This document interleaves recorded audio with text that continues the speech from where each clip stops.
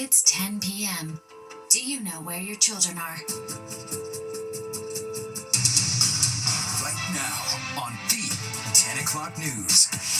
A violent 24 hours in the Bronx. Multiple shootings, multiple crime scenes, what we know about the victims and the suspects. Plus, it's convenient and it's cheap, but soon, getting fast fashion shipped right to your door could cost you more.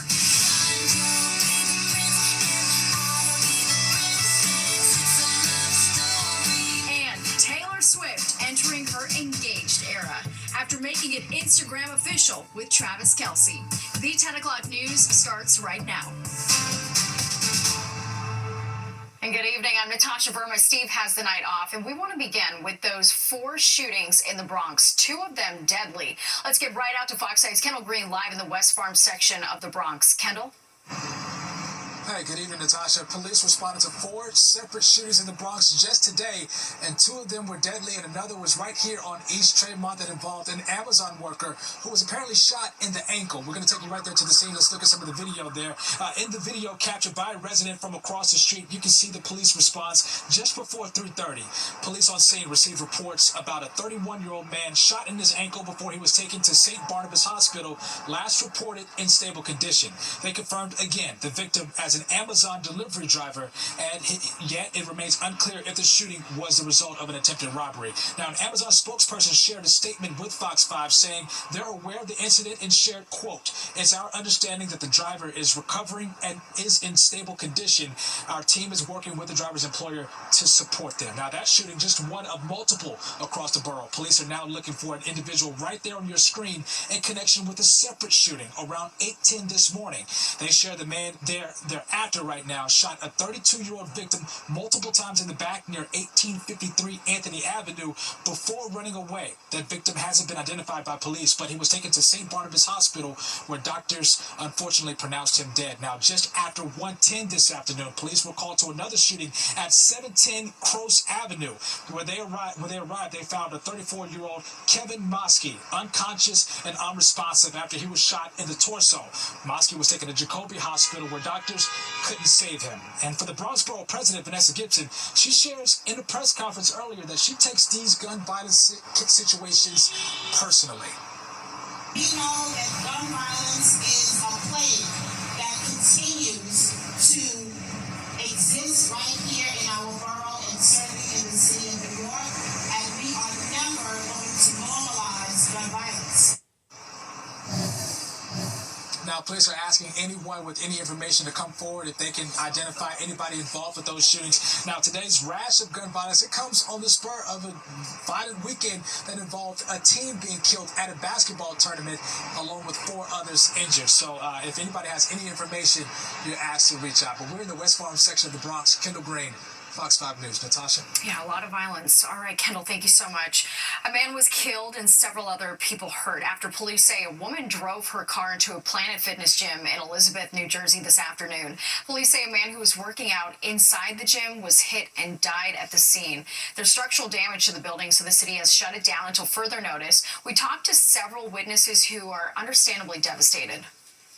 Right there in that corner, there's chairs and tables where people used to sit over there. It's like a rest area, so they were sitting in there, I think. So that's why they got hit when she hit it there. That's so shocking. Officials say the driver got injured from the airbag deploying. We don't know the circumstances of the crash yet, but police say everyone is cooperating.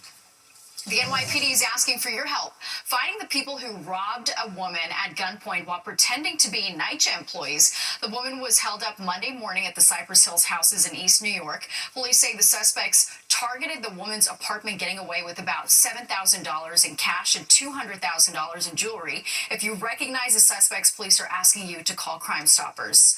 Well, Governor Hochul in the city touting a double-digit reduction in retail theft in the Big Apple and smaller drops statewide. But with a lot of everyday products still under lock and key, some people are saying there's a perception versus reality issue at play here. Fox 8's Sharon Crowley is here with much more. Sharon? Yeah, and this will be another election issue this year. here as well. New York Governor Kathy Hochul in Harlem today applauding what she says is progress in the effort to reduce retail theft. She says that small business owners in New York have seen a 12% decrease in shoplifting compared to this time last year. Governor Hochul credits changes in state law that made penalties higher for assaults on retail workers. She also says that Albany provided tax credits for businesses who bought security cameras. The state also invested millions for retail theft teams, including 100 New York State police personnel, to come up with strategies to fight crime.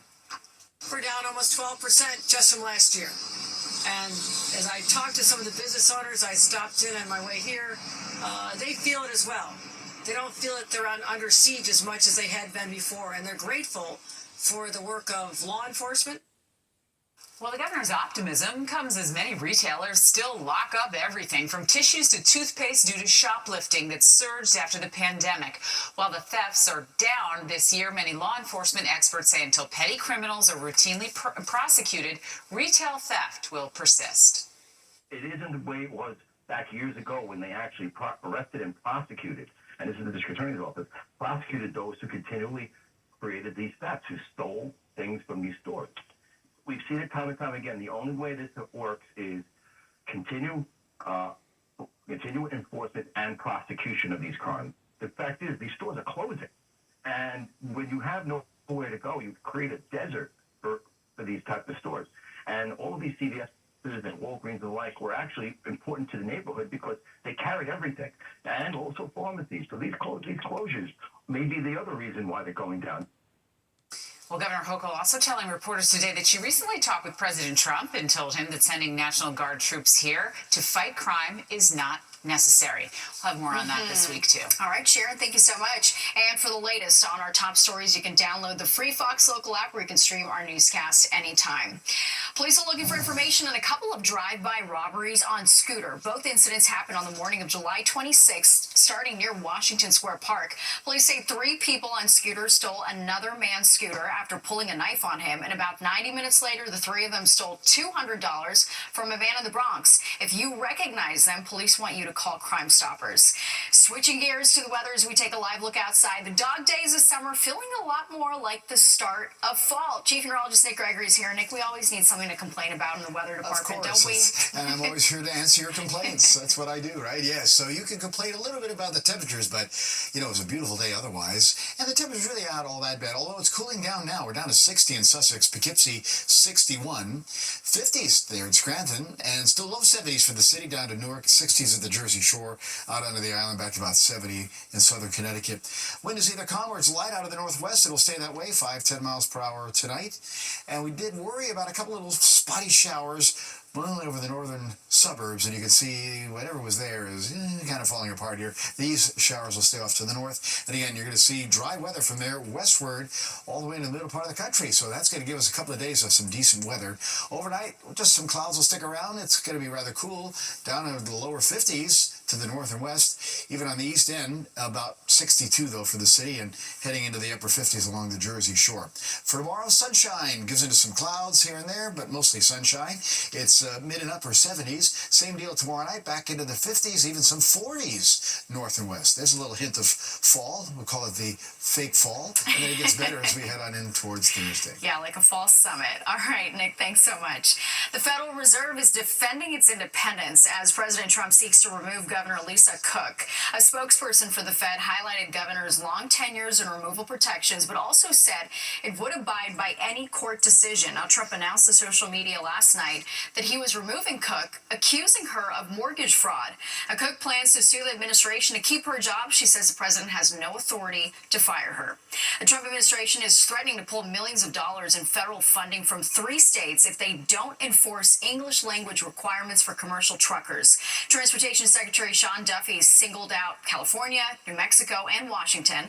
And it comes after a deadly crash in Florida earlier this month involving a foreign truck driver who made an illegal U-turn. Duffy claims that the department was already reviewing how states were enforcing the rules before that crash. Keeping people safe on the road. Your families, your kids, your spouses, your loved ones, your friends, we all use the roadway. And we need to make sure that those who are driving big rigs, semis, can understand the road signs, that they've been well trained. California's governor responded in a social media post, writing the Trump administration approved a work permit for the driver in the deadly Florida crash and is now trying to deflect responsibility. Thousands of protesters gathering in Tel Aviv today to demand an end to the fighting in Gaza. It comes a day after back-to-back Israeli strikes hit a hospital. Demonstrators are calling on Prime Minister Benjamin Netanyahu to reach a deal that releases all the Israeli hostages. Meanwhile, Israeli forces have tanks near northern Gaza for a planned operation to take over Gaza City, but some fear it could endanger the lives of hostages and lead to a bigger humanitarian crisis.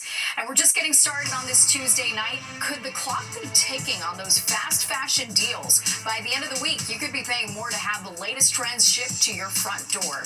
And it's the news that broke the internet and is blowing up your social media feed. Taylor Swift and Travis Kelce are now engaged. Joining me. Thanks for having me. All right, let's talk fast fashion now. And you could soon have to pay more when you get items shipped from popular online retailers like Shein and Temu.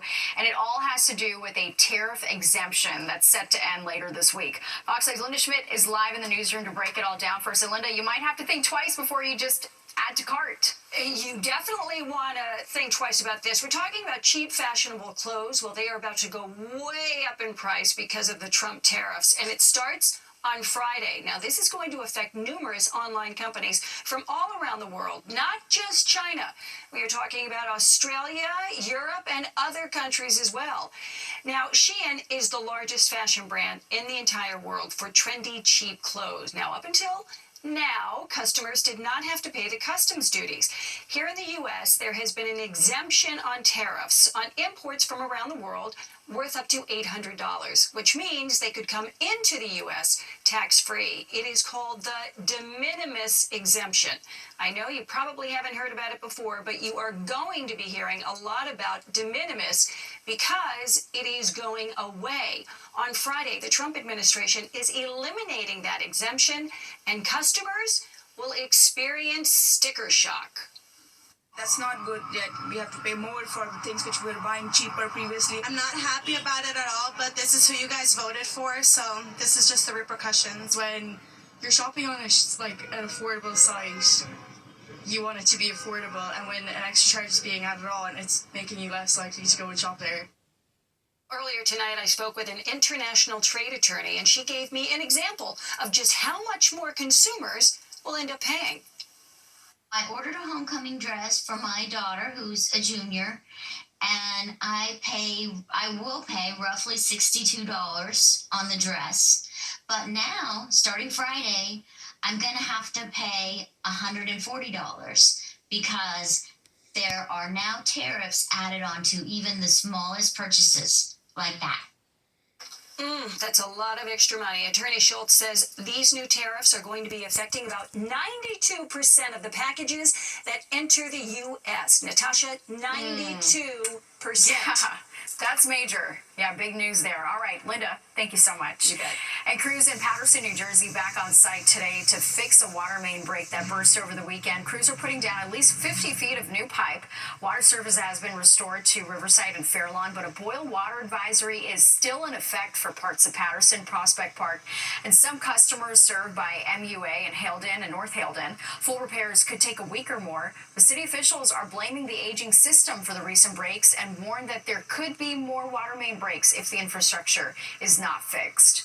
A Mediterranean diet, along with eating less calories and working out every day, could drastically lower the risk of developing type 2 diabetes. A study co-authored by researchers from 23 universities in Spain and Harvard School of Public Health finds that combination provides a powerful preventative effect that reduces the risk of diabetes by 31%. Researchers suggest a diet of olive oil, nuts, fresh produce, and high-fiber food. Those are the key to the results. Well, it's not what you expect to find coming out of a high school gym, but one school district on Long Island is dealing with dangerous levels of mercury vapors. And one dad says it's hurting his son who's a wrestler. Plus this. And we saw shingles coming off someone's roof, hope it wasn't mine, splash down in the pool right next to us. A dusty mess out west as a massive dust storm slams parts of Arizona, leaving people shielding their eyes and dodging debris. And if you can't get enough New York City politics in the mayor's race, you can watch Battleground NYC, the Fight for Your Vote, hosted by SE Cup. It streams every weeknight at 7 p.m. on the Fox local app. Many in Phoenix, Arizona woke up to storm damage this morning after a large dust storm ravaged the area. The dust storm, known as a haboob, cut visibility down to half a mile and caused traffic lights and trees to topple. Thousands were left without power, and flights were even grounded. People living there recount the scary moments. That wind was so strong, it absolutely would have torn them up. So we're out there, my wife and I, frantically trying to get the shade sails down, and that's when it really hit, and we saw shingles coming off someone's roof, hope it wasn't mine, splash down in the pool right next to us. That's my baby under there. That was my reaction. I was like, oh my God, look at my car. Wow, and more than 15,000 people lost power because of that storm.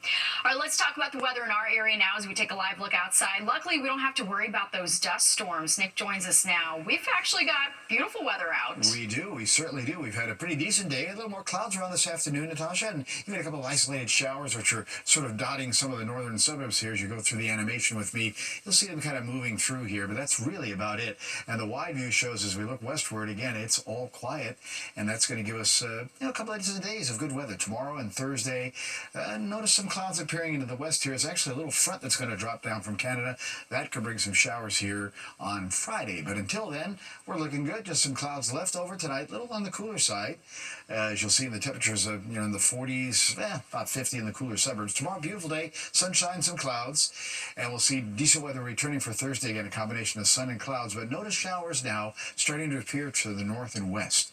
And again, those showers are likely to get here probably as early as Friday morning now. Yesterday I was thinking it'd be the afternoon, evening time frame, but I think it's going to come in a little bit earlier than that. Tonight heading down to closer to 50, some of the cooler spots there, North Jersey, Hudson Valley, closer to 60 along the coast though, and low 60s in town. Tomorrow, a beautiful day, sun shines around and comfortably warm, still just a little bit below average, high of 78 in the city, a little cooler for the Jersey Shore, they're in the lower 70s, and mostly mid-70s, North Jersey, Hudson Valley, extending into Connecticut. So pretty good news, and then the holiday weekend is also looking really good. Natasha? Yeah, looking forward to that. All right, Nick, thank you. And it's not your average ice cream truck in more than one way. Get ready to meet the cool grandma in her sensory-friendly electric ice cream truck.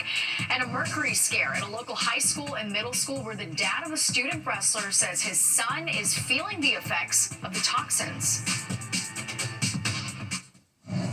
Watching the 10 o'clock news.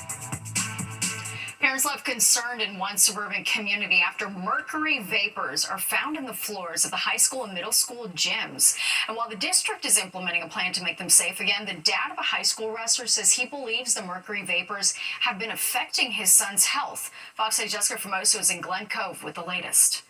It's very upsetting considering, he's a young man, just starting out.